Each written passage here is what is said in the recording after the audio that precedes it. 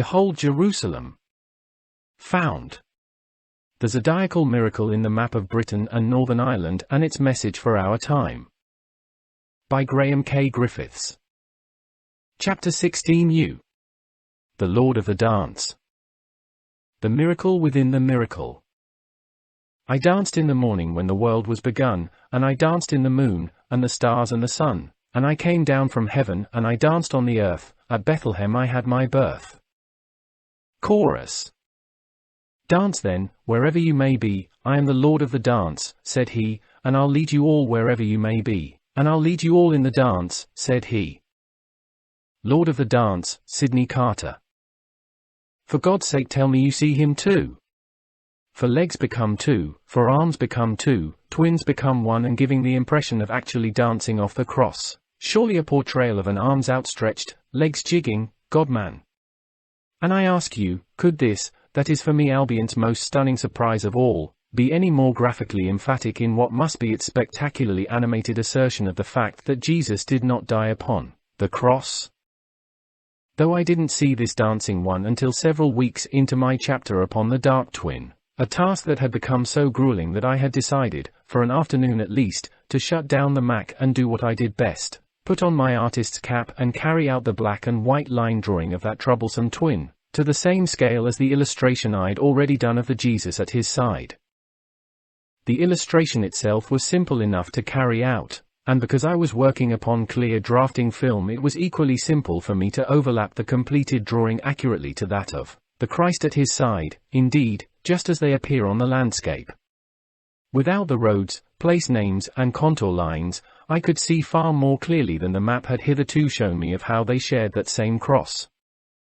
Anyway, as I slid those two pieces of film together, my running battle in trying to unravel not only why another shared Jesus' cross, but also the whys and wherefores behind this whole discovery became, from that moment on, more like a stroll in the park. Why? Well, when those two figures overlapped, as the land has positioned them to do, my artist's eye, and I hope your eye too, saw in a flash the miracle that had apparently been primed to cap the greater miracle that was all Albion. I saw in a split second the pair of them fuse and dance off that cross as one, a spontaneous piece of magically ignited animation which could only be spelling out joy, as the final outcome of what this whole vast conundrum was prophesying, no matter what upheavals might occur in the interim. Indeed, in this masterstroke of a finale, the land had made any further fathoming from me utterly needless. Simply, I felt there was no need for any further grueling inner debate as to whether I was right to come clean in admitting that I knew Jesus shared his cross with another, and whether that interloper was cloven-footed or not. God, how I thumped the air and sent myself violently revolving in my chair, papers flew about me, war was over, and for me was there dancing going on throughout every street of Britain. In my sliding of those two figures together, the map had turned my fear of a dark opposite sharing Jesus' cross into a joyous whoop of sudden understanding. It had in one simple folded inkblot-like piece of cunning made Jesus jig off that cross in what could only be a pictogram of an unshackled God-man, a Lord of the Dance. For me this was a crowning capstone glyph wherein the oh-so-simple visual mechanics that fire its animation, this arising from the land's canny overlapping of twins of opposite polarities, must speak a near timeless and universal tongue. It was a dancing-coded symbol, which whether found upon the ceiling of an ancient tomb, or cut into a rock face upon Mars, could only ever translate as rapture out of balanced union. Moreover, how could I not see in this same dazzling show of exaltation that we, the masses, might be being allowed to see something of that yin and yang chemistry, which might have been behind Jesus' Golgotha transformation of man into Christ? And in this an invitation for us all to somehow poetically share in the same wonder, though now without need of the nails, for Jesus paid that price. Certainly, if you doubted my suggestions in the previous chapter of seeing Jesus as not dying on the cross, surely here is our planet's own emphatic backing up of my heresy. No man is slumped on its 300-mile-high cross, but a 40-plus-mile-tall rendering of a very much alive and kicking Messiah. But do take note that without that twin at his side to supply those extra limbs, his harmoniously pied dance of delight, and the jubilant statement contained in it, would simply not happen. And we remembered what the ancients said, that at all times the God of duality is at work within the cosmos, measuring out its cycles of millions of years, enumerating the stars. The God of duality is at work, creator of men, mirror which illumines things, mother of the gods, father of the gods, the old God spread out on the navel of the earth within the circle of turquoise, he who dwells in the waters. He who dwells in the clouds, the old God, he who inhabits the shadows of the land of the dead, the Lord of fire and time. Taken from Heaven's Mirror. By Graham Hancock, the poem. Florentine Codex, cited by him from The Secret of the Incas. But forgetting all the mystical this, that, and the other, can you imagine a more hopeful picture to mark both the end of our extraordinary journey and what must be the potential future of mankind, than Albion's own Lord of Duality, this God-man spread out on the navel of the earth, Britain, and dancing off the mast of the turquoise-encircled Ark of Life? The constellations are spread out at his feet, not in subjugation to him, but, in their underlying zodiacal message, they are supplying the firm foundations for those same joyful steps. Surely, the keys are there in their zodiacal imagery to unlock a perception that will allow all of us finally to free ourselves from those many, life-dulling shackles of our own making, and to dance to the full potential of our existence, a dance that will, it seems, have the whole universe as its partner. The only thing that could trip us now is our ego's fear of having to bow to anything that makes a mockery of its rules of what can and can't be. We mustn't sneer at the fact that the mountain is as aware as the shaman always told us it was, or that our thoughts are alive enough to not only affect others around us, but also the environment for both good and evil. And how the ego will hawk at such a theory. In typing the above, however, a shuddering reminder shoots through me of how close fear was to preventing me from ever showing him who represents the dark, and so robbing Albion of its magnificently dancing finale. Indeed, one look at my colored artwork tells how close I came to doing just that. There is no dark twin there and therefore absolutely no chance of the means to ignite that slumped Lord to dance, and yet perhaps in the context of this whole story even my fear-instigated omission was, and is, part of the overall message. But you may think that a portrayal of Jesus partying at Golgotha rather only caps my own madness. Though, surprisingly, even this, my final picture of heresy, isn't original. This final laughing outburst of the land speaks so succinctly for itself that for me to endeavor to further boil it down would be an insult to both it and, I hope, you. So, beyond me pointing out this dancer's own body of evidence on the ground, it really is now over to you. That said, and before we put our noses to the map for the last time, let us bolster the artist's sanity just a little more. Of course, this sight of a Christ made up of two separate individuals, and that resulting figure showing all the signs of enjoying a good knees up on the cross, must seem very much against the biblical version of events surrounding Golgotha. However, it comforts me no end to say that I was to later find out that the land, and I aren't the first to suggest Jesus advocating 2 into 1 as some mystic goal, nor indeed, that he took part in jollifications in the final few hours leading up to, and including, his crucifixion. Hear first Thomas, that self-proclaimed twin of Jesus, repeat what Jesus said to him regarding 2 made 1 and the wonders that might ensue. Jesus said, when you make the 2 one, you will become the sons of man, and when you say a mountain, move away, it will move away. Gospel of Thomas. How about this, too? I found it in Elaine Pagel's The Gnostic Gospels. In discussing the variations of the Genesis story concerning the creation of man, she brings to light a very interesting Greek account that suggested to Rabbi Samuel bar Nachman, influenced by Platt's myth of androgyny, that when the Holy One first created mankind, he created him with 2 faces, 2 sets of genitals, for arms and legs, back to back.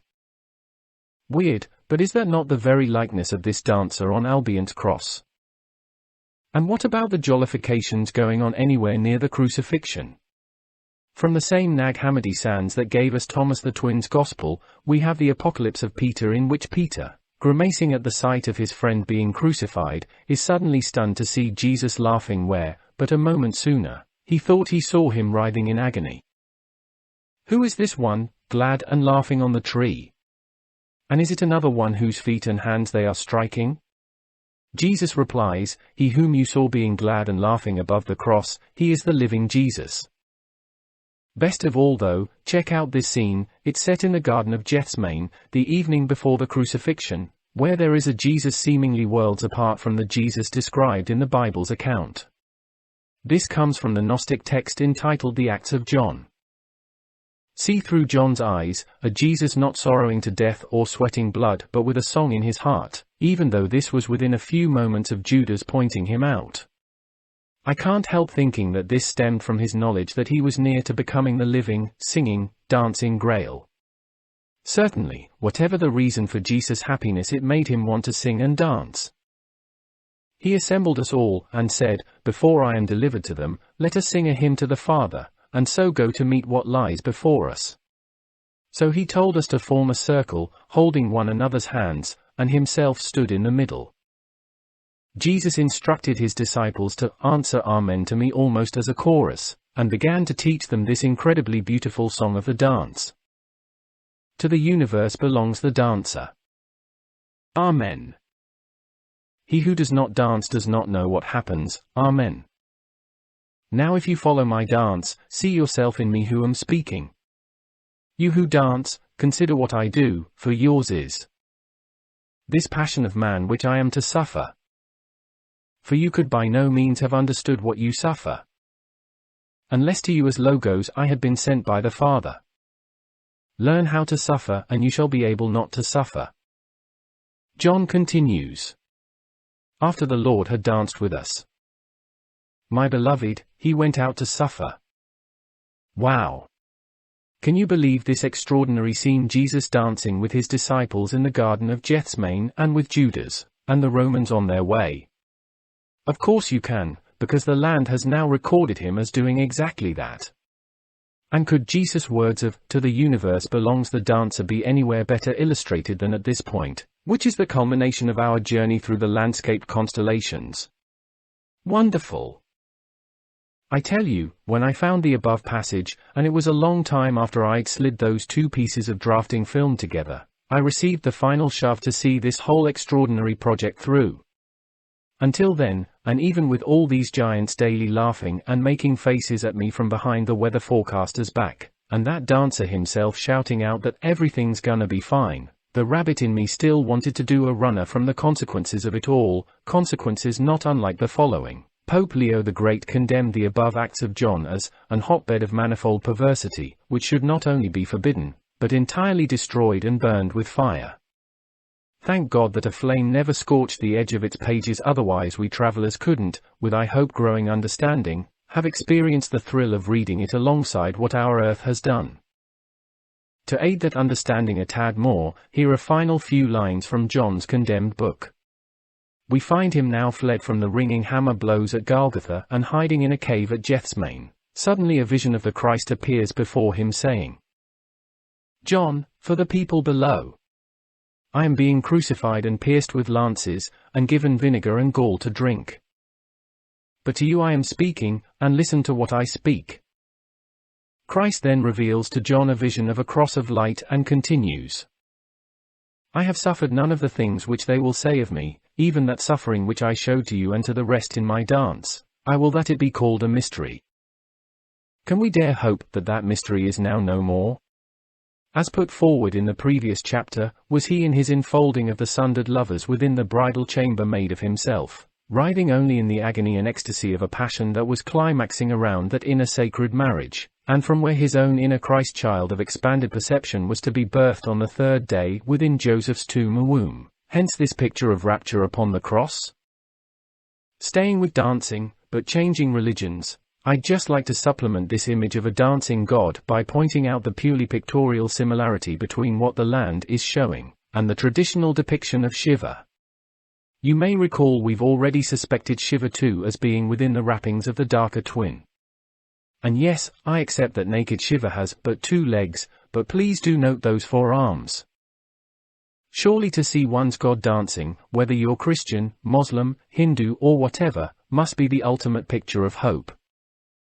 So, trusting that I no longer need fathom why we're presented with the spectacle of a pointedly pied man dancing off the cross, it leaves us only to freewheel around what the map says of this, the last giant of Albion. His body of evidence.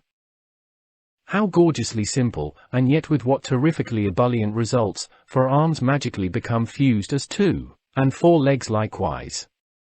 These new limbs no more nailed to the cross, but seemingly free to dance in a starburst exclamation of joy and what must be, welcome to a mystery unveiled.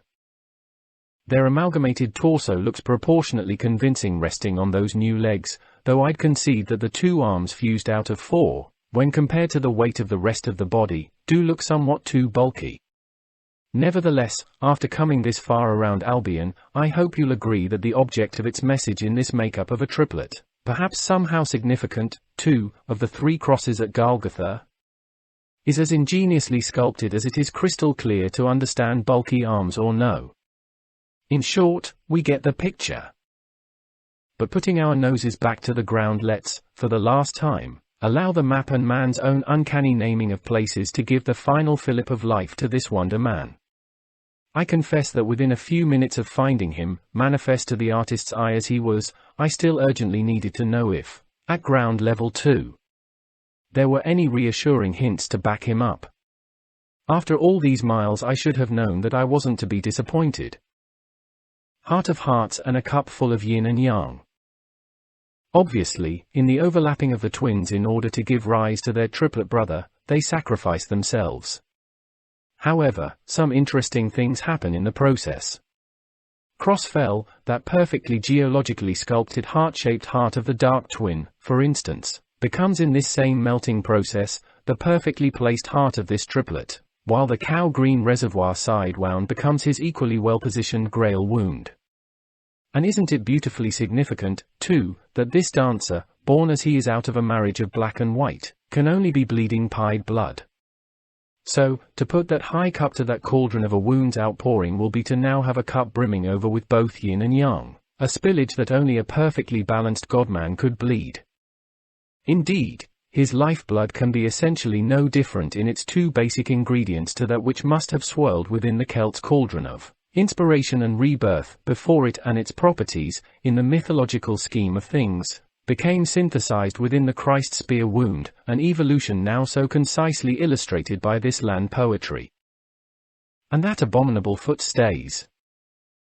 Shifting our attention to this dancer's left foot, we'll see how its fusion from out of the 2 of the darker twins still leaves it befittingly cloven. Although this dancer is still a godman, he does not shirk his animal and earthly lineage, but proclaims it holy, and I'm sure that half the compulsion and impetus that drives his jig comes from honoring that lineage. For those with keen eyes, however, you'll notice that I've changed slightly the silhouette of this fusion of right and left feet compared to the shape they made when separate and belonging to the dark twin. Prompted only by intuition, then, leave mask, at the tip of that cloven left foot, by taking a lane left as though making for the A6108. However, just before making that connection take instead the River Swale west and around into Fremington on the sole, previously upon the sole of this twin's right foot. This procedure makes for one big club of a foot for our dancer to stomp with, and one which now gets cloven by the joint efforts of that track to Hurst, which previously separated the right from the left, and a stream that touches the track, before flowing on to splice this foot between Mask and Marick, thence running into that defining River Swale. The Ordnance Survey Travelmaster Map 5 shows this shaping very well. Incidentally, could it be that the track to Hurst more conspicuously dominates the center ground of this fused foot, which, in the previous chapter, led our thoughts to the hurt received from a crucifixion nail, also points to the equal hurt which has, for ages, been piled upon this whole subject of a cloven foot? Either way, here is no loathsome hoof of a destructive Lucifer, but a purely innocent token of the holy left and mother's side, that half of the divine duality that shall always give us our divine, not derogatory, kinship with the beasts and the land. Why, even the whole left leg of this dancer seems, in its slightly more bumpy silhouette, to be suggestive of being perhaps shaggy too, when compared to the slightly sleeker right that materialized from the fusion of Jesus' legs.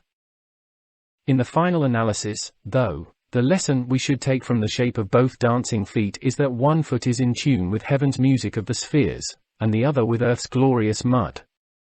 As such, it is tuned to the deeper sounds of bodrans, didgeridoos, choruses of frogs and a cow's belladiet moo resonating upon a cold and frosty morning. Thus both feet are in paradise. Same feet, but a brand new phallus.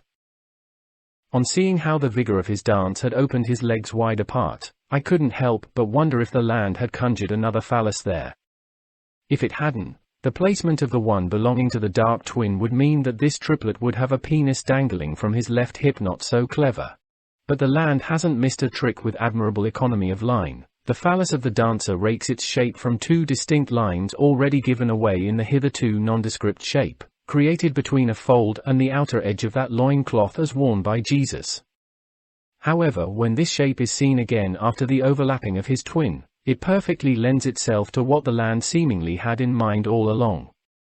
Having said that, when I first caught sight of its possibility, I still couldn't resist investigating the area at closer quarters in the hope of finding a loophole by which to save myself from yet more sexually tabooed deep water.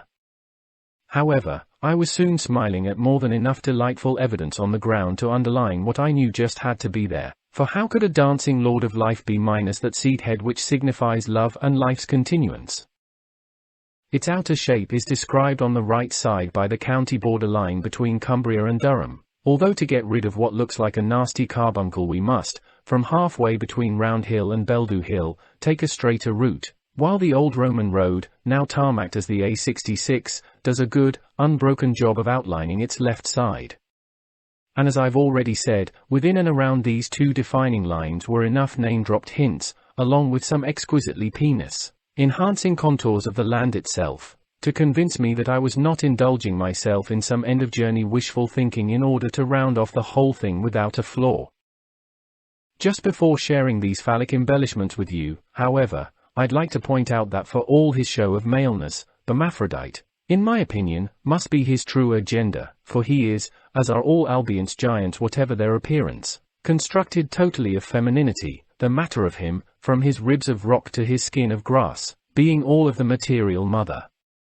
This important point I think we've already heard intimated in the previous chapter by Jesus himself, as the poetic makeup of a man who has come to know himself as God. Hear it a second time from the Apocryphon of John.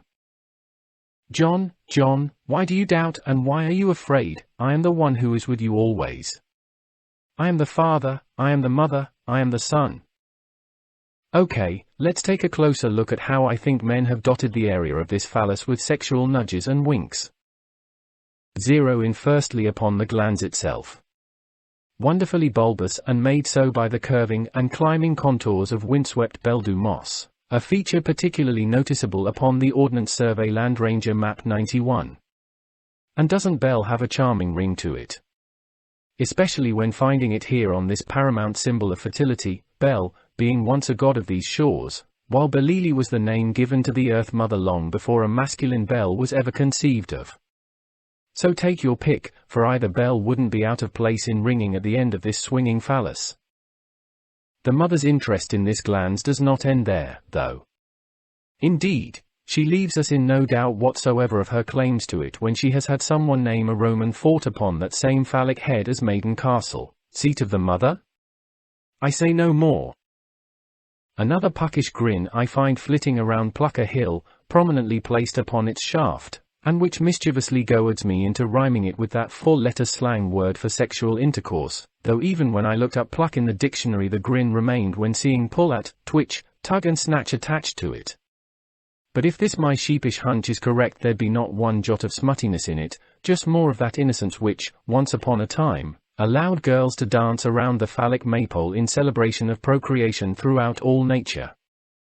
Only the advent of Christian piety, with its relegation of women, and promotion of unnatural celibacy within its own ranks, turned that innocent happiness of being a sparkling procreative part of life's wonder into something indecent. The celebration of sexuality was then sent scurrying underground where imbalance and evil, the word live turned back to front as an affront, was ever eager to turn that which was holy and beautiful into something to be almost ashamed of, and thus a breeding ground for abuse. True, sexuality and the church aren't as troublesome a pair as they used to be, but those earlier scars, along with a degree of uncertainty in looking upon sex as a holy act, I think still jerk in the background. Certainly, we have much innocence to reclaim, and Plucker Hill may or may not hold an old smiling trace of it. Not actually upon this phallus, but stationed right at its tip, is a single stone pillar set conspicuously all alone in a sea of wide, open wilderness and known as Ray Cross. For once at its top it carried a Celt-like wheel cross, the spot marks where they say the Viking king Eric Bloodaxe met his end. Even more interesting, though, is the fact that this same stump was believed to have once marked the border between England and Scotland, thus placing everything but the legs of this dancing amalgamation on previously Scottish soil. But let's tinker with that name Ray.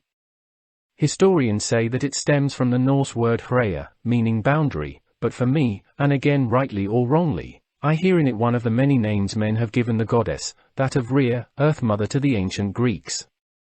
If so, what a statement that old stone would make in her name, standing as it does right there at the spurting tip of the dancer's phallus.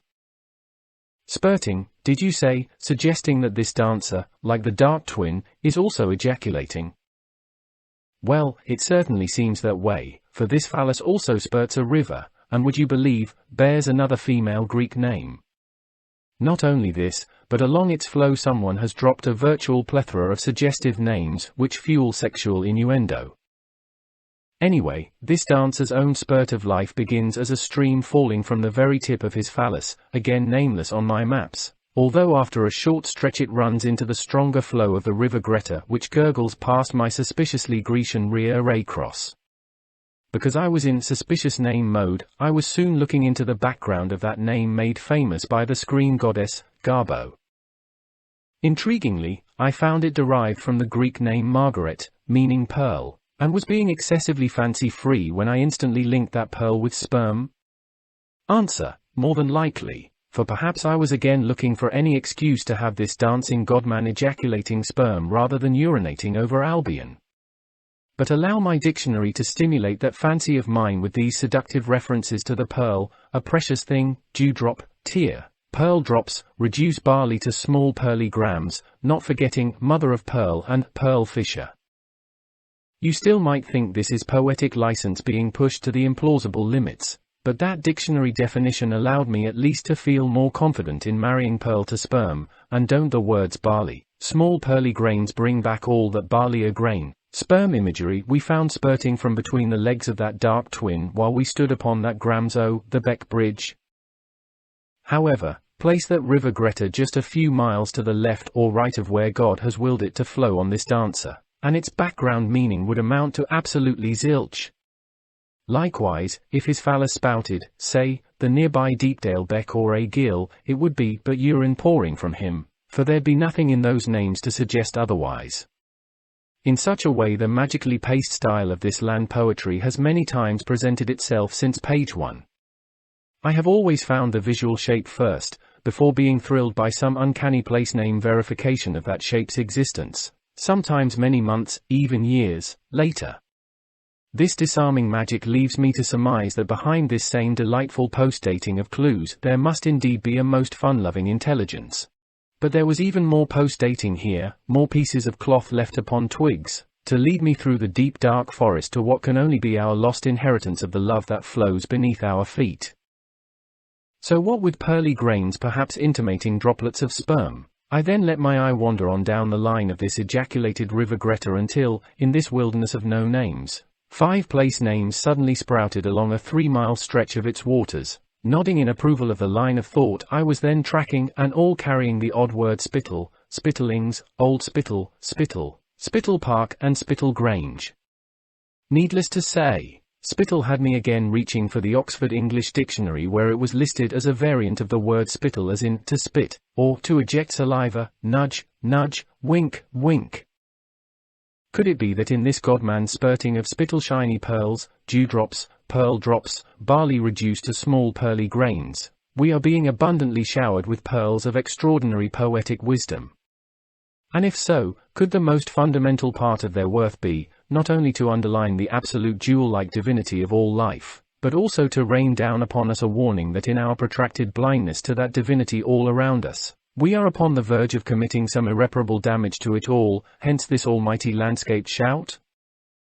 Undoubtedly, from the above, and those signs already mentioned concerning the blighting of the consort's fertility, together with the way in which even Virgo herself is strenuously pointing to the sperm a grain-shaped barred sea island, our attention is assuredly being pulled to something of such gravity, with an obvious life force link, that the continuance of not only humanity, but all life from dragonflies to daffodils, may rest upon our urgent understanding of this the Earth's pictorial scream. However, if you feel that in my references to the symbolism of spittle and sperm I am pushing my luck even further, allow me to call Thomas Hardy to maybe say a word in my defense. In one passage of his classic Tess of the D'Urbervilles, I feel Hardy used the same sensuous innuendo that this landscape is employing, when he has the lovesick Tess wistfully wandering through summer's luxuriant undergrowth, erotically linking the secret scents and secretions oozing out of the greenery and its minute inhabitants, with those exchanged between a man and women entwined in sexual intercourse. From the introduction of the Penguin classic version of Tess, A. Alvarez picks up on this same passage, the intense eroticism of the writing more erotic, I think, than the full frontal attacks we are used to today, is not in the people but in the detail of the scene, the sound of Angel's harp, with its stark quality like that of nudity, that damp, rank, juicy undergrowth through which Tess moves stealthily as a cat, gathering cuckoo spittle on her skirts, staining her hands with thistle, milk and slug slime, and rubbing off upon her naked arms sticky blights which made madder stains on her skin. It is as though the vegetation itself contained all the secret smells and juices of the active physical passion. Hardy's version of the Paradise Garden was closer to Gauguin's than to that of the Book of Genesis. Fooling around with plucker and rear, along with innuendos of a maiden, castle, sitting upon a phallus, semen-like pearls, and cuckoo, spittle apart, this phallus belonging to a dancer in a paradise garden still has one more mark by which to prove Earth's intent, and one that, even in this picture of celebration, is warning too. Cast your mind back to that baneful piece of iron which was said to be lodged in the genitals of the Fisher King, and which not only blighted his role as consort to the mother, but which also instigated the withdrawal of paradise and its replacement by the wasteland. Remember then how we found evidence of this exact wound in that mount named Iron Band.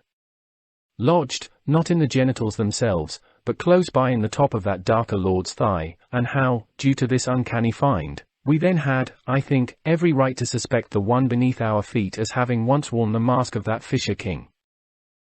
Well, we can now go one better even than that, although in doing so we'll again find that this dancer, as splendidly hopeful as his presence at the top of Albion's starry pile suggests, signifies only the potential perfection of us all, and thus in no sense a guarantee that we're all gonna make it, for let me tell you that same blighting iron band is, on this the triplet, plunged not near his genitals but smack bang at the base of his phallus.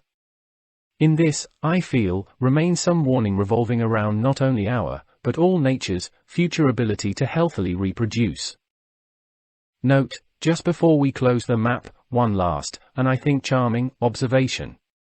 The Knights Templar, who we found had built their temple Sowerby retreat upon Jesus' shoulder, now upon the upper right arm of this dancer, were known to have chosen Psalm 67 as an important chant in their chapter services. The psalm begins with, God be merciful to us, and bless us, and cause his face to shine upon us, Selah.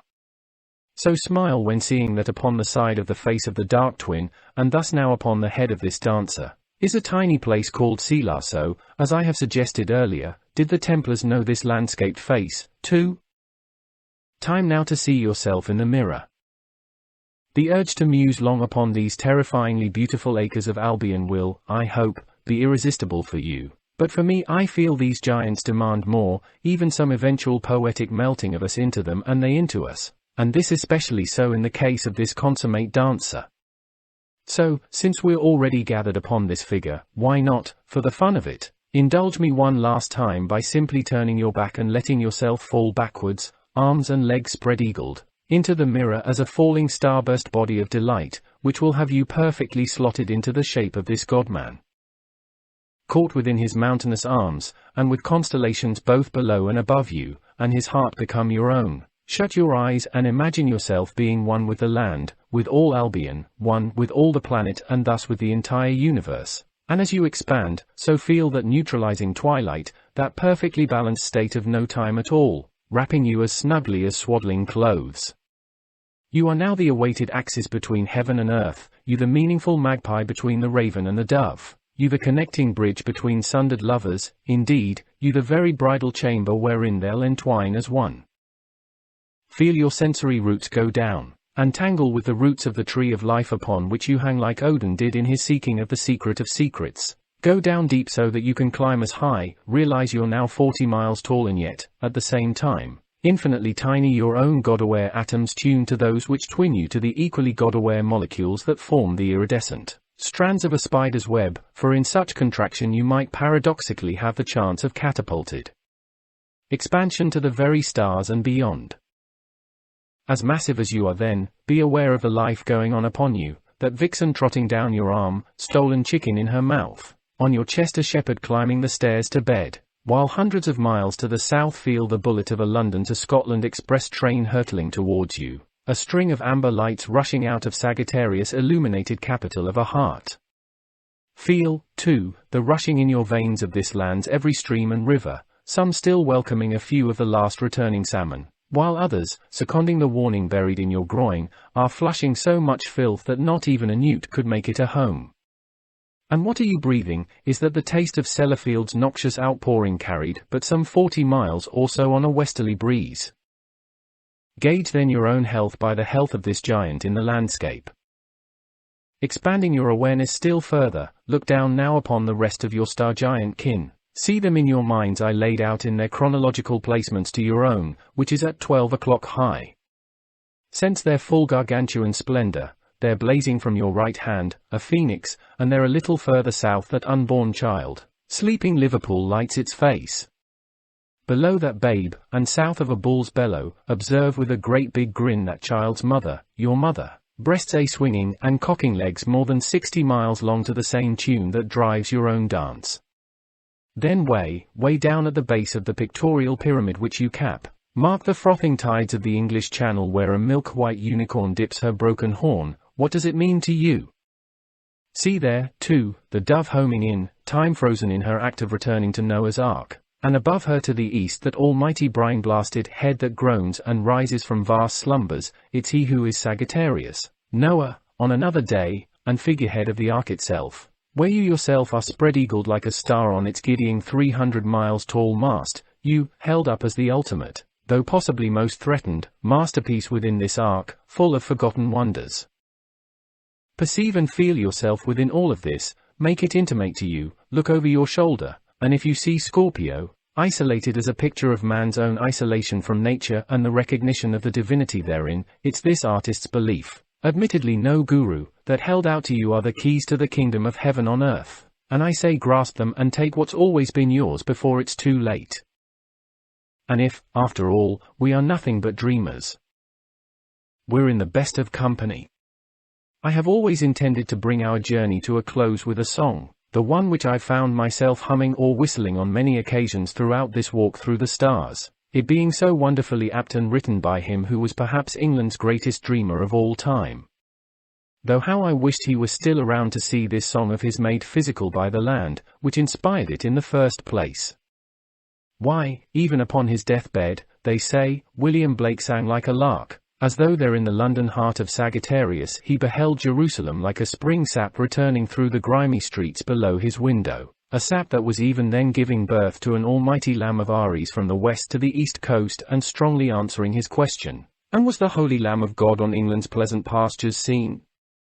Likewise in Cumbria, was there another massive yes to his, and did the countenance divine shine forth upon our clouded hills? And that countenance just so happening to belong to a naked and arms outstretched dancing godman, exactly how Blake had painted the personification of the psyche of Albion upon some future day of global celebration. Indeed, before I write down the full verses of that farewell song, I should like the last picture in this book to be one of Blake's, for the one mentioned above remarkably mirrors the land's own farewell masterpiece. Why, he even entitled it The Dance of Albion. And when you see it, tell me it's not a watercolor depiction of what we see now rendered in rock over 40 miles tall. Look at it, and tell me Blake didn't see in spiritual vision something of what I'm here presenting as rock-solid fact. The only thing different in Blake's rendition of the dancer is the omission of that cloven left foot, although there just so happens to be a worm conspicuously placed beneath that human left foot, which art historian Robert Lister in his book The Paintings of William Blake recommends we see as a symbol of darkness, and that will do for me.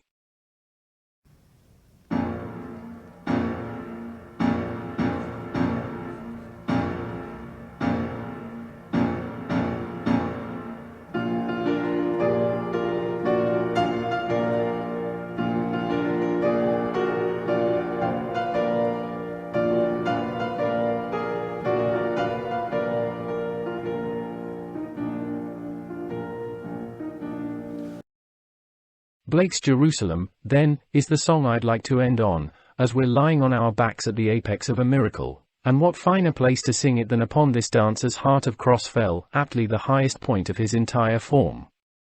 And can I seal the magic of the moment by letting a hedgehog, and no, that isn't a typing error, sing it to us, while Albion's most famed king of all reclines at our side in the gathering dawn twilight. Thus I invite the author T.H. White, who was another glorious dreamer, and who perhaps got closest of all to sniffing out the real character of Arthur, to lead us into this very special rendering of Jerusalem, because, for me, he has that hedgehog do a goose-pimply good job of it, and far more moving than any massed orchestra and raucous audience at a BBC last night of the proms could do. White sets the scene near the end of his Book of Merlin, where an aged King Arthur has just climbed a high peak beneath a massive moon to have one last look over his realm. It's the evening of his own Gethsemane, as the next day brings the withering clash of arms upon that fatal field of Camlan, and the old king knew it. With him on this high vantage point is his friend the hedgehog who, having been touched by Merlin's magic, had a fine, if delightfully, country bumpkin grasp of the English language. So there they are, and here we are with them, the king and the hedgehog scanning the sleeping realm they loved with all their hearts, and I would beg of you, even if you do not read the whole book, to read White's short chapter in its entirety, for in this beautiful passage some of the rustic down-to-earth magic of Albion oozes through, each paragraph a lilting simple prayer to the honest-to-goodness strivings of man in his effort to use the spirit that resides in simple British fields as a springboard to a finer realization of what a gift it is to live a life on earth, indeed a springboard eventually back to the stars from whence we all came. And, in my opinion, White, Arthur, and that gifted hedgehog come oh so close to guessing that the stars were all the time beneath that same moonlit coverlet of fields. Space, however, will only allow me to start from where Arthur with, I sense, an emotional lump in his throat, senses he is but a few hours away from the end of his own journey, and so takes his last long look at the landscape whereon he had wished to build a golden age founded upon a round table of stars. Enter, then, Arthur's friend the hedgehog, seeming to me to be innocently speaking on behalf of the land in professing her never-ending love, and patience in waiting for humankind to realize the true wonder of their being. Anyway, the creature senses the brimming eyes of his king and offers to sing him a song to give him heart to believe that all his strivings, to bring about that golden time would eventually not be in vain. Dost thou mind as how us used for to sing to I minds well. 'Twas rustic bridge, and Genevieve. And, home sweet home. The king quite suddenly bowed his head. Shall us sing for the Aegon, Majesty? He could only nod. The hedgehog stood in the moonlight, assuming the proper attitude for song. He planted his feet squarely, folded his hands on his stomach, fixed his eye upon a distant object. Then, in his clear country tenor, he sang for the King of England about home sweet home. The silly, simple music died away, but not silly in the moonlight, not on a mountain of your realm. The hedgehog shuffled, coughed, was wishful for something more. But the king was speechless. Majesty, he mentioned shyly, us got a fresh There was no reply. When us knowed as you was a-coming, us larned a fresh 'Twas for thy welcome, like. Us larned it off of that there Mern. Sing it, gasped the old man. He had stretched his bones upon the heather, because it was all too much. And there, upon the height of England, in a good pronunciation, because he had learned it carefully from Merlin, to Parry's music from the future, with his sword of twigs in one grey hand and a chariot of mouldy leaves, the hedgehog stood to build Jerusalem, and meant it. And did those feet in ancient time walk upon England's mountains green? And was the Holy Lamb of God on England's pleasant pastures seen? And did the countenance divine shine forth upon our clouded hills? And was Jerusalem built here, among these dark satanic mills? Bring me my bow of burning gold. Bring me my arrows of desire. Bring me my spear, O clouds unfold. Bring me my chariot of fire. I will not cease from mental fight, nor shall my sword sleep in my hand, till we have built Jerusalem, in England's green and pleasant land. And again, what better height of England than this high cross-fell heart of this dancing figure, from where just 20 miles to the north, see Aquarius, Arthur would be brought to that probable site of Camlan, and where his golden age came to an end in his possible failure to accept Mordred, Scorpio for better or worse as part of that round table of stars. In my opinion then, we are privileged to be living at this time when dreams, maybe T.H. White's included, really are becoming beautiful realities, even a very far-fetched one about a Jerusalem rising out of England's green and pleasant land. For I say, behold Jerusalem, it has arrived. Though I think it's never been away. But like that hedgehog, I myself cough and wish for something more to end on, and it comes out like this, at the end of the day. And when all is said and done, it really does not matter whether or not my many intuitional soundings throughout this book, from signs of flood to a new reading of events at Golgotha, are bang on target or hopelessly astray. Therefore don't worry too much whether Arviragus was the truth behind Arthur, or for that matter whether Arthur ever existed at all. The same goes for whether or not Taliesin was Merlin, if Jason did or didn't find that golden fleece hanging on Albion's tree of life, or whether that cow-green reservoir has sod all to do with Isis. Pooh-pooh, to high heaven too, if you like. My hunch that in the high history of the Holy Grail that Hermit might have caught visionary sight of Sellafield's nuclear reactor, 1,000 or 2 years before its time, and likened it to that forever burning castle, see Aquarius, where from the end of the world, would receive its initial trigger. Your sniggers may well be all that such a hunch deserves. I certainly wouldn't give a damn. And as for the theory of global warming and rising seas, who knows for sure whether it's for real or just plain scaremongering, which will itself raise sniggers in the future. I also hasten to add that it will not spell disaster to what the land has done if Jesus never once set foot in Britain, nor even if his purely inland portrayal in Cumbria is nothing but the product of my imagination. Nor, for that matter, would it be ruinous to my discovery if Jesus, as some historians claim, never even existed. But if you feel in your heart that Jesus did exist in the flesh, but that my rereading of those events surrounding the crucifixion was an exercise in naivety, then I will not argue with you.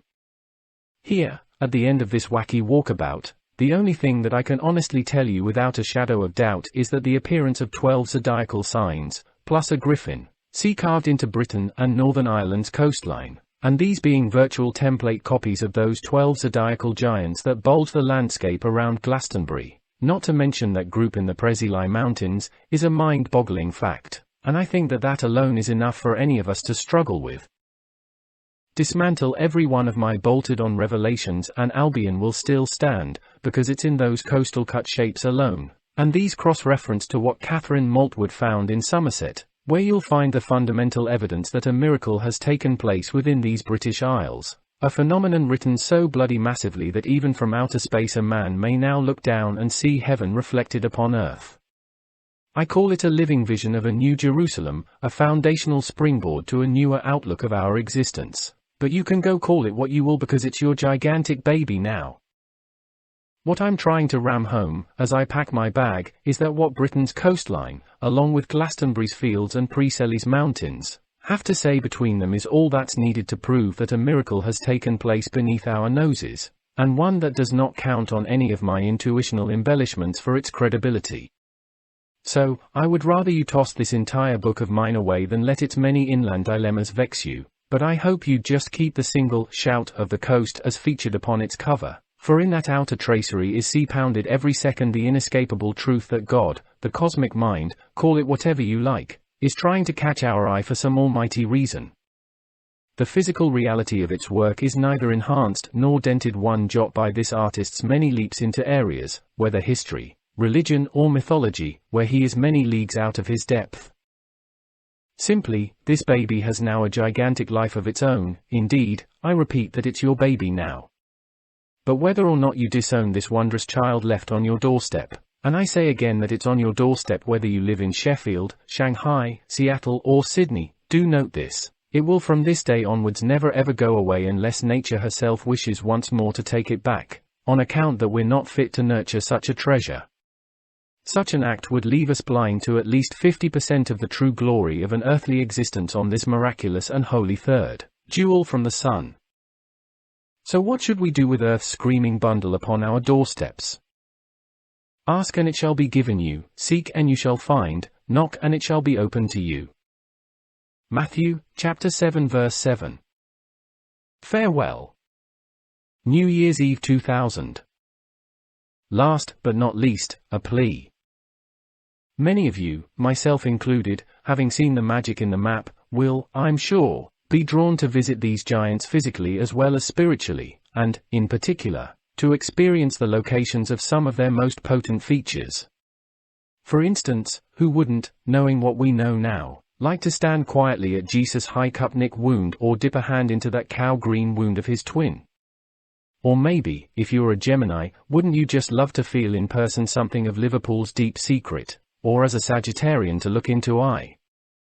And I wouldn't blame others for wanting to do nothing but sit quietly within that sperm grain shape of Bardsey Island and relive Gwine's metamorphosis into rainbow-browed Taliesin, knowing that the 120-mile-tall goddess reaches out to pluck you up as she did him. Why, you could even happily allow her to swallow you as she did Gwion by trekking down her throat and into her belly, before flowing with that river Dovey out to a poetical rebirth. Without doubt, this landscape is now alive with the most magical places in which to stand with eyes freshly opened. What is more, I know the spirit of whatever place you visit with that new perception will, in return, welcome your awareness. Having said all that, I must make a plea to you that no matter where you stand on these giants, and no matter how tempting it may be to take a small stone or some other keepsake, or even leave your own offering or mark there, please let the temptation go. Do not even disturb a blade of grass, if you can help it, for, if you love this land and accept its own awareness, I hope you sense too that to take or leave anything would be a crime. Every stick, leaf, and stone knows where it is one with the giant below it. So if you do come, please let it all be.